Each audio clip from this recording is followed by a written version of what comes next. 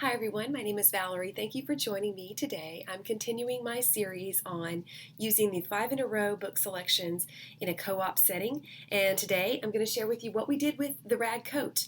The Rag Coat is a story by Lauren Mills.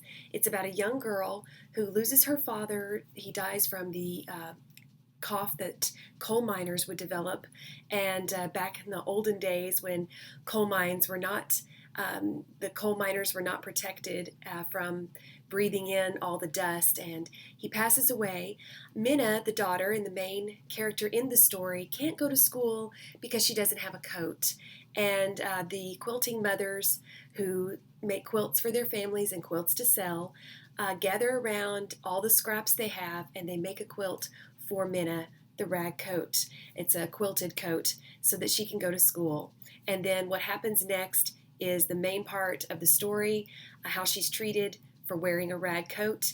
And it's just a wonderful story. It's a very serious story, very somber story, but a very moving story that would be valuable to any library or any setting, whether you homeschool or not. This would be a great book to read with your children.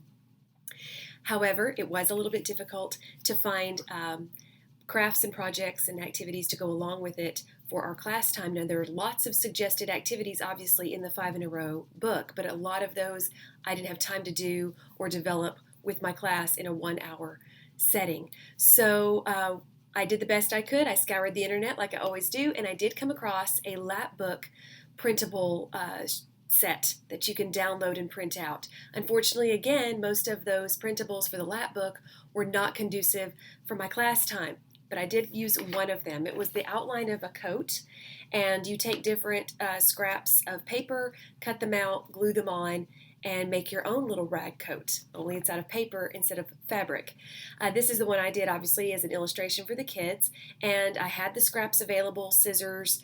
We used stick glue instead of Elmer's glue, and it worked fine for this activity. It held the pieces in place perfectly well, and it was something the kids could manage without a lot of mess. So that was a win. So that was fun, and I thought it would take a little longer than it did. Actually, my kids were pretty quick. They weren't as meticulous. I didn't take that into account. They weren't as meticulous to cut the pieces out to fit the spaces, and that's fine. It was just something I hadn't thought about.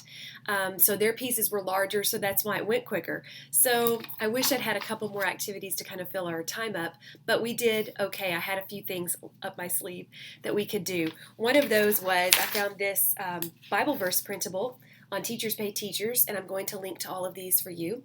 It's hard to see here. This was a one that you trace the Bible verse, and then they can color the rag coat. Included in this printable is also a cursive one that's larger that they can print if they're little. And also included are puzzle pieces where they can kind of put the verse in the right sequence.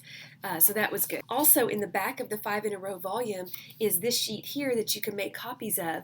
It's Joseph's Coat of Many Colors quilt pattern, and they can color it as it is instructing them to do on there. Now, my only complaint about this sheet is the instructions are printed right there where they're supposed to color, and the words are still visible after you color it, as you can see here. I wish the instructions were somewhere else on the page so that when they colored it, it would be more finished looking, I guess.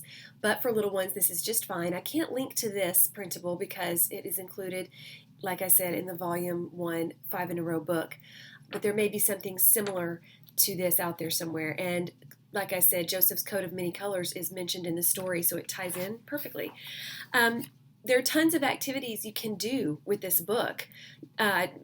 The lack of activities that I had for my class does not mean it would not be a great book to use for your homeschool, for homeschooling one child or two in your family.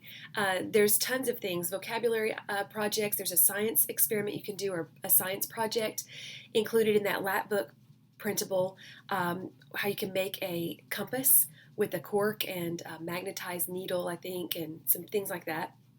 I tried to send off for some coal, a free coal sample that I found online, but the link was broken when I tried to follow it and I couldn't do that. But it would have been wonderful to have a sample of coal to show the kids. And it's not something we talk about or do use very often in today's world, or if we do use it, it's not something common that households use. So we don't think about it very much.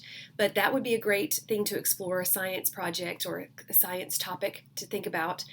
So anyway, lots of ideas available for this book. It was just more difficult to find things that would fit my class setting, especially if I have grades 1 to 3, as I've mentioned before.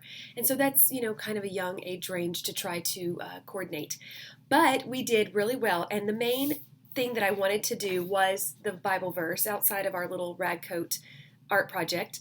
I wanted to talk about being kind and compassionate to those who look differently than we do or have different issues than we have. So that's all I have today. Thank you so much for watching. If these ideas helped you, I would love to hear from you. Leave me a comment below, give me a like, or subscribe if you haven't. Thank you so much and have a great day.